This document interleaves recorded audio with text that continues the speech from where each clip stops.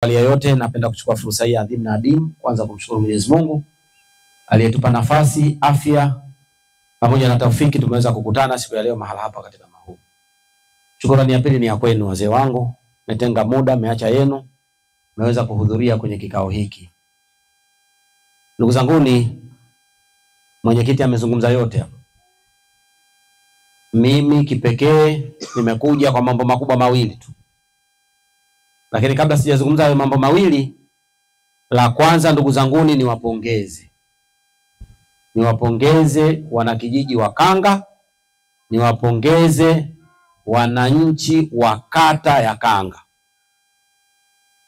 Nawapongeza kwa ule wito na mwitikio wenu ambao mmeufanya siku ya tarehe 29. Sema kweli mwitikio ulikuwa ni mkubwa. Mlijitokeza zaidi ya 98% kwenye vituo vya kupiga kura. Kwa hiyo niwapongeze kwa hatua hiyo muhimu ambayo mlifanya siku ya tarehe 29. Lakini ndugu zangu, leo nimekuja na mambo makubwa mawili tu. Na kikao chetu hiki kitakuwa cha pande mbili. Mimi nitaongea kidogo tu. Nitaongea mambo mawili hayo. Alafu nitawaachia na nyinyi kama mtakuwa na lolote la kuongea. Wazee wangu, nimekuja kwa mambo makubwa mawili. Jambo la kwanza, ndugu zangu, ni kuja kuwashukuru. Nimekuja kuwashukuru mimi na nimekuja kuwashukuru kwa niaba ya Chama cha Mapinduzi. Mlianza kuniamini nyinyi kwenye kura za maoni ile siku ya tarehe 4 ya mwezi wa 8, lakini baadaye Chama cha Mapinduzi kikaniamini kupeperusha bendera ya Chama cha Mapinduzi kwenye nafasi ya ubunge. Lakini na nyinyi siku ya tarehe 29, baada ya mwitikio ule ambao mliofanya, lakini asilimia karibu 99 mlikwenda kukipigia kura Chama cha Mapinduzi. Jipigeni makofi tafadhali. Kwa hiyo leo nimesema nitenge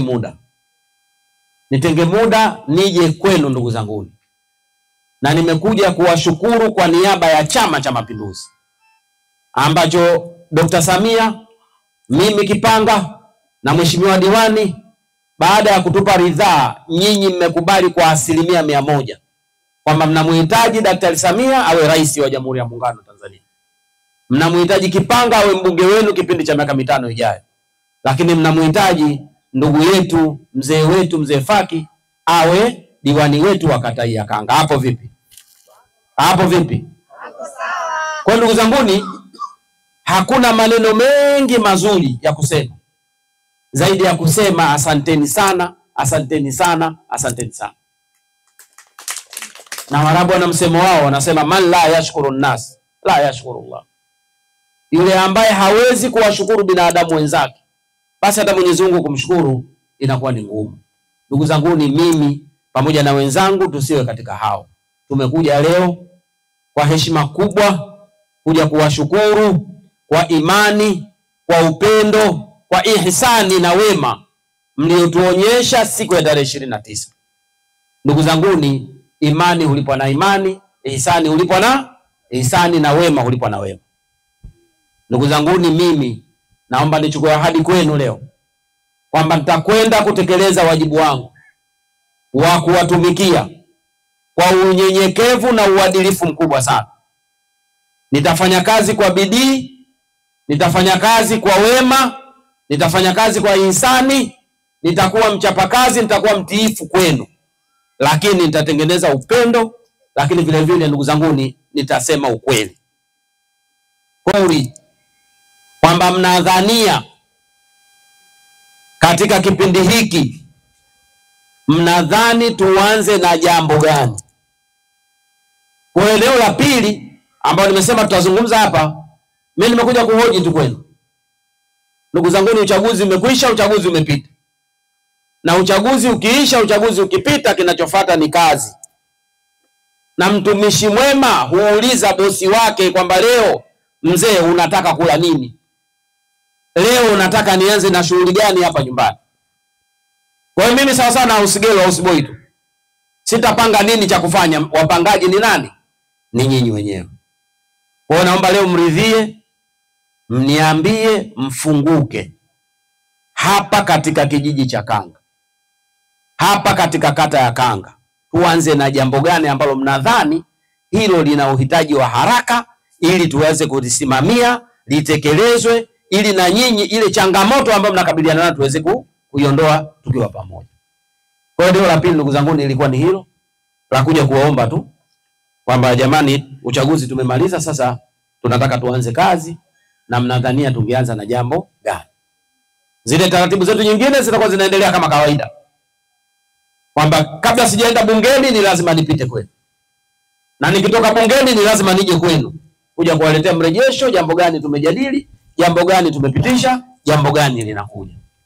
Kwa hiyo dasturi ile, mila ile na mienendo ile ambayo tumeifanya, tumeishi nayo ndani ya miaka 5 iliyopita, nilidhania ni jambo jema ambalo tutakuwa tunaendelea nalo kwa kadri tutakavyokuwa tunakwenda huko mbele ya safari.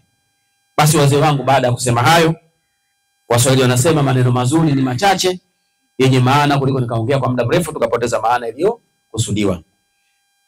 Sasa kabla sijawaruhusu, na nyinyi kama mtakuwa na lolote la kuzungumza mzungumze, kama mtakuwa hamna, basi wanasema watu mkionana hivi kama hamna chochote cha kuzungumza, basi tunaombea na dua, sio? Basi mwishoni kabisa tutaomba dua. Kama lipo la kuzungumza tutazungumza, kama hakuna, mwenyekiti naomba uridhie, tutaombea na dua. Sawa? Wageni wataombea dua wenyeji na wenyeji wataombea dua wageni, sio? Tutaombea na dua. Lakini kabla sijawaruhusu wazee wangu, naomba mridhie, niko na mheshimiwa diwani wa kata hii. Wakati wetu tulikuwa wagombea. Mimi kwa kweli pamoja na wenzangu wote, pamoja na wenzangu wote waliozungumza matatizo mbalimbali, kwa upande wangu mimi kwanza namshukuru Mwenyezi Mungu kwa kutuhuisha leo hapa kukutana tena kwa mara nyingine. Mimi ninachozungumza, wajumbe wote mliofika pamoja na mheshimiwa mbunge, tukuombe radhi. Mimi binafsi na nina imani kwenda na wenzangu, tunaomba radhi kwa yote, maana si wewe tu kuja kutuomba radhi sisi au kuja kutupongeza, na sisi vile vile tuna maovu tuliyoyafanya kutoka kwako kipindi cha kampeni, ingawa tunajificha humo hatujui, lakini tuna maovu tuliyofanya katika kampeni. Na mimi nasema kwa niaba ya wenzangu, tunakuomba radhi, utusamehe kwa yale yote tuliyokufanyia, utusamehe na utubebe kama wanao, utusaidie kama wanzio, utupe msaada kama wazee wako, na yale tutakayokuambia utubebe. Usije kati ya kinyongo wasema mimi Kanga bwana kulaza maoni mpata 50 hawanyitaki. Hapana, tupo wengi tunakutaka, lakini fikichu za hapa na pale tena umeze.